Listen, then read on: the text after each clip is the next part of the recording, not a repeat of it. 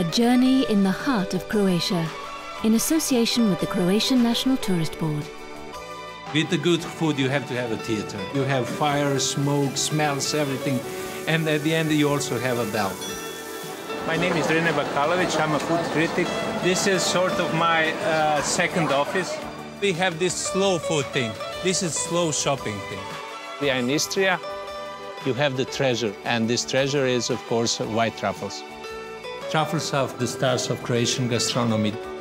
Roman emperors used to have their olives here. They believed that best olives and best olive oil grow in Istria.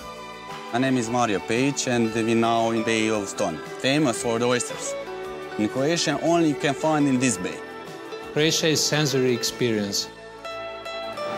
The magic of this place is that you can probably buy some of the best food in the world.